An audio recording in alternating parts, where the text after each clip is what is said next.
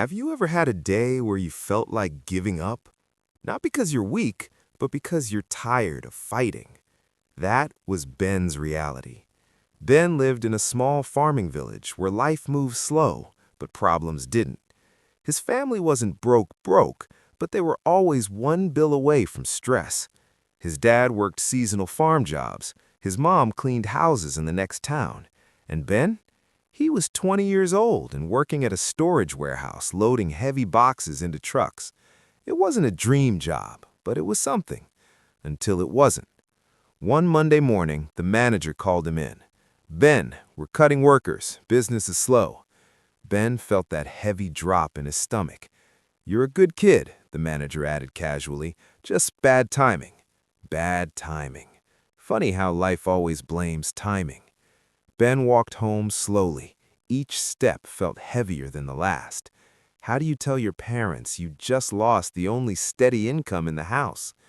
That night, he didn't say much, just work was slow. But inside, he felt something worse than fear. He felt small. The next morning, things got worse. His dad hurt his shoulder while lifting farm equipment. Doctor visit, medication, more expenses. Now Ben wasn't just unemployed, he was needed. Pressure doesn't ask if you're ready, it just arrives. By Wednesday, Ben had applied everywhere. Farm work, repair shops, delivery routes, same answer. "We'll call you." Nobody called. Thursday evening, Ben walked to the quiet river outside the village. He sat on an old wooden bench and stared at the water. "I'm trying," he muttered. "Why does it never feel enough?" Because trying isn't supposed to feel comfortable. Ben turned. It was Sam, an older man who ran the small tool shop in town. Simple guy, calm, always watching more than he spoke. "Lost something?" Sam asked. "Job," Ben replied. Sam nodded once. "And?" "And what?" Ben snapped slightly. Sam sat beside him. "Is that it? You lose one job and decide your life is over?" Ben didn't respond. Sam picked up a stick and pressed it into the muddy ground. "Push against it," he said. "Frown? Why? Just do it." Ben pushed the stick deeper. "Harder," Sam said. Ben pushed harder. "See?" Sam said. "The ground resists, but the harder you push, the deeper it goes." He looked at Ben. "Resistance builds depth." Ben stared at the river. "It doesn't feel like building," he said quietly. Sam nodded. "It never does." Then Sam said something simple but powerful. "Struggle isn't here to break you. It's here to see if you're serious." That sentence stayed in Ben's head long after Sam left. But life wasn't done testing him. Not even close. Friday morning, Ben woke up early without an alarm. For a second, he forgot everything. Then reality came back. Bills. No job. Dad injured. He sat on the edge of his bed, staring at the floor. Have you ever felt stuck before the day even started? He almost went back to sleep. Almost. But something Sam said echoed in his head. Resistance builds depth. Ben got up. He walked straight to Sam's tool shop. Sam looked up. "You ready to work?" "For pay?" Ben asked. Sam shook his head. "For growth." Ben hesitated, then nodded. For the next few weeks, Ben worked at the shop, fixing broken tools, cleaning engines, learning small mechanical repairs. It wasn't glamorous. It was frustrating. He messed up a lot. One day he stripped a bolt and ruined a customer's part. He expected Sam to yell. Sam didn't. "You'll remember that mistake forever," Sam said calmly. "I cost you money," Ben replied. Sam shrugged. "Money comes back. Skill stays." That hit differently. Slowly, Ben improved.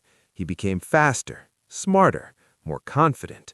Then one afternoon, a farmer rushed into the shop.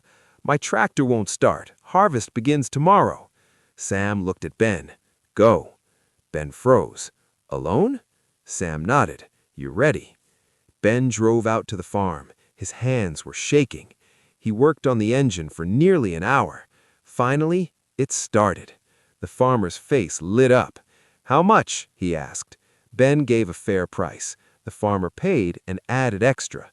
"I need someone reliable this season. You're interested?" Ben's heart pounded. If he hadn't lost his warehouse job, he would never have learned this. But the real shift hadn't happened yet. That came during the storm. 2 weeks later, a massive storm hit the village. Strong winds, heavy rain. The farm's equipment shed roof was tearing off. Workers panicked. Ben didn't. He grabbed tools. "Move the smaller equipment first," he shouted. He climbed up in the rain, secured loose panels, covered grain bags. By morning, damage was minimal. The farmer pulled him aside. "You didn't freeze. You stepped up." Stepped up. That night, Ben sat by the river again. Sam joined him. "You look different," Sam said. Ben nodded slowly. "I get it now." "Get what?" "This wasn't punishment. It was training." Sam smiled. "Exactly."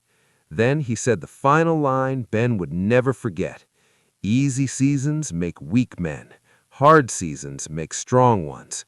Months later, Ben wasn't just working. He was managing farm operations. Stable income, respect, confidence.